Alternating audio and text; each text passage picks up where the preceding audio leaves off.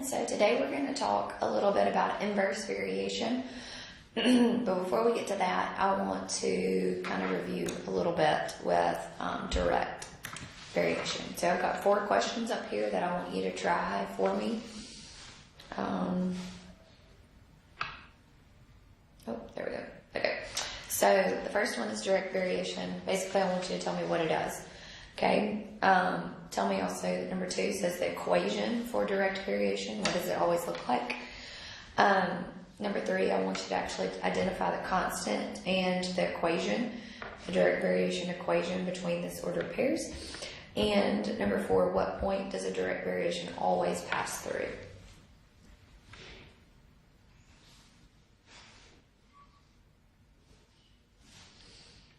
Okay, so direct variation, remember, is a special relationship where there's a constant ratio.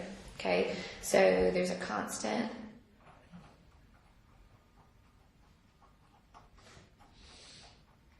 ratio of y to x between all ordered pairs.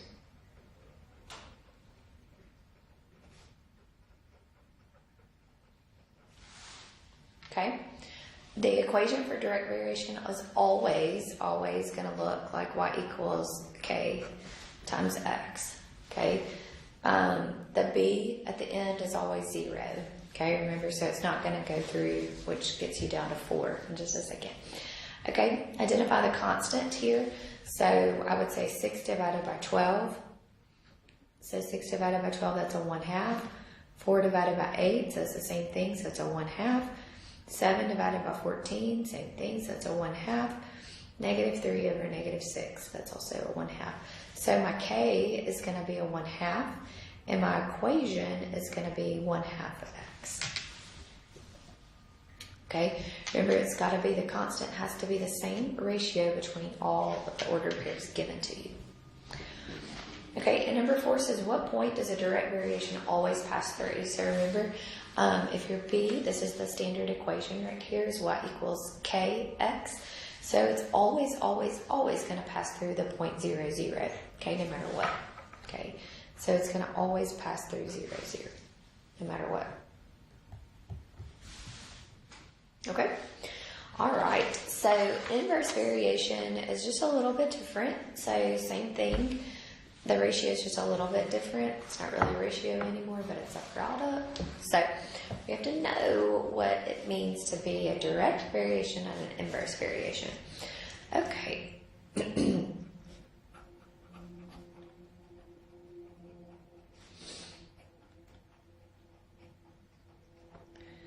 Okay, so there's a relationship between the product of x and y.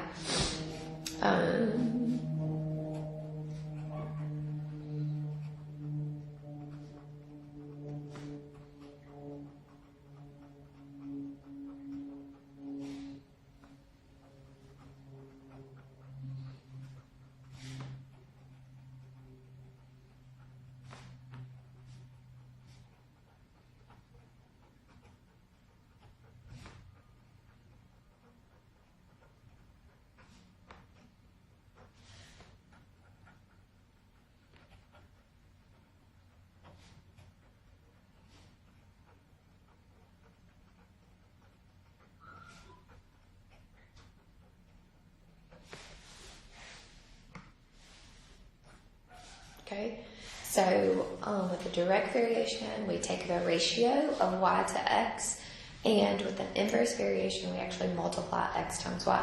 So the equation is going to look different. With an inverse variation, the equation is going to be y equals your k over your x.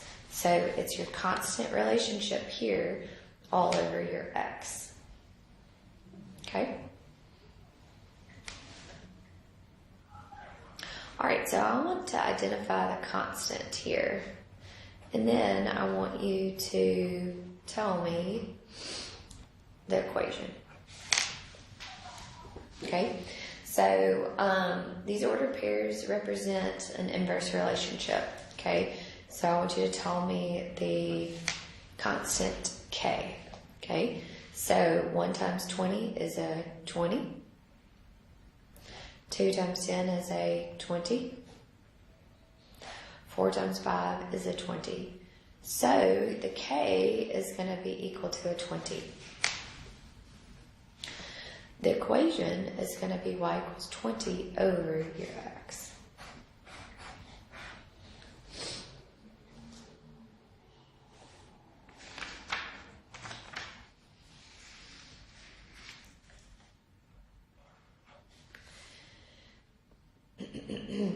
All right, y'all do this one for me.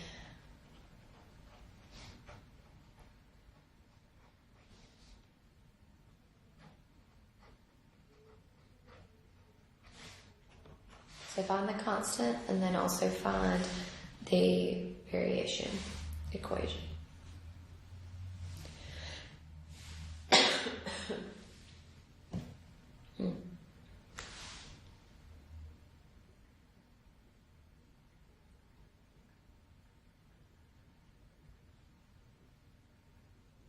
Okay, so we're going to multiply. So 1 times a negative 28 is a negative 28. 2 times a negative 14 is a negative 28. 4 times a negative 7 is a negative 28. So your k here is going to be a negative 28. So the inverse relationship here is going to be negative 28 over x.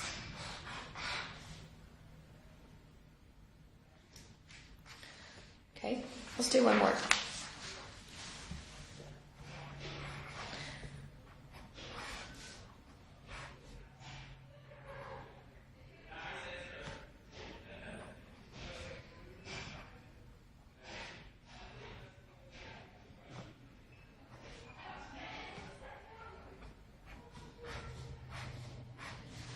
So y'all do this one for me. Find the k, the constant, and the equation.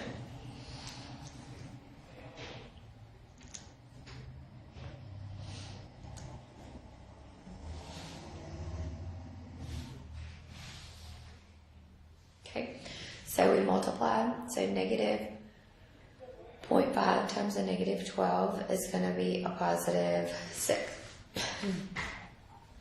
Negative 1 times a negative 6 is a positive 6.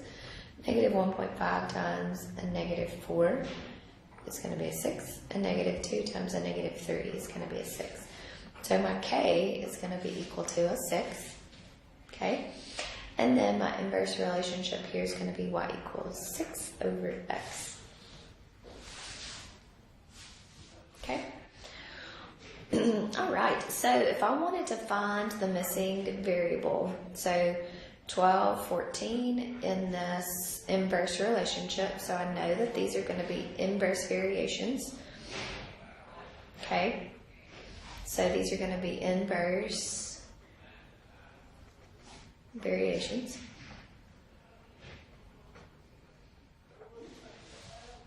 Okay.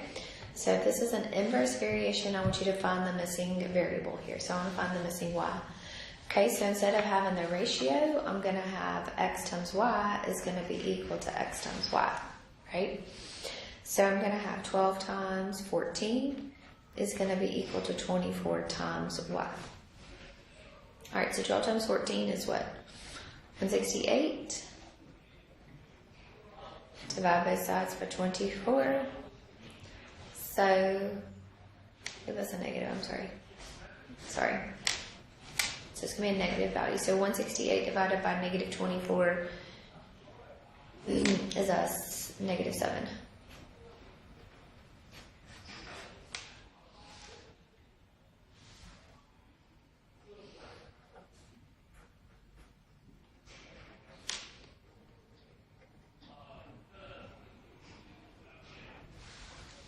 All right, y'all do this one for me.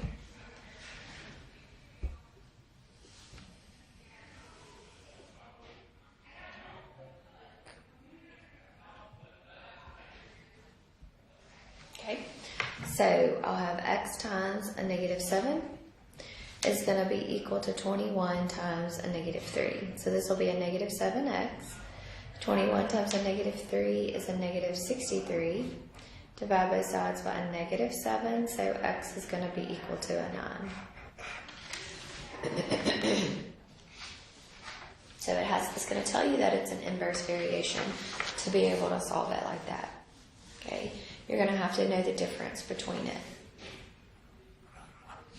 So if y is going to be equal to 16 when x is equal to negative 3, find x when y equals a negative 6. So y'all do this one for me.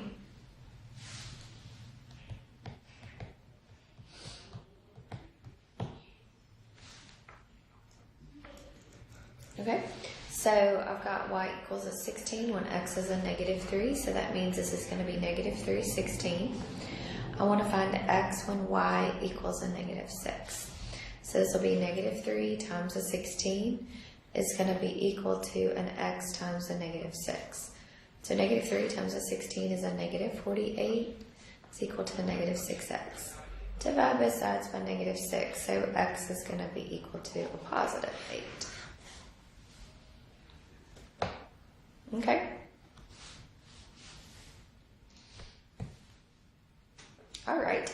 So that is your inverse variations. I want you to go ahead and start working on your homework. Hopefully this is going to be a very good, easy section unit for you, and you're going to do really well. We're going to review a little bit tomorrow, and then we'll start applications on Thursday. So if you have any questions, please let me know.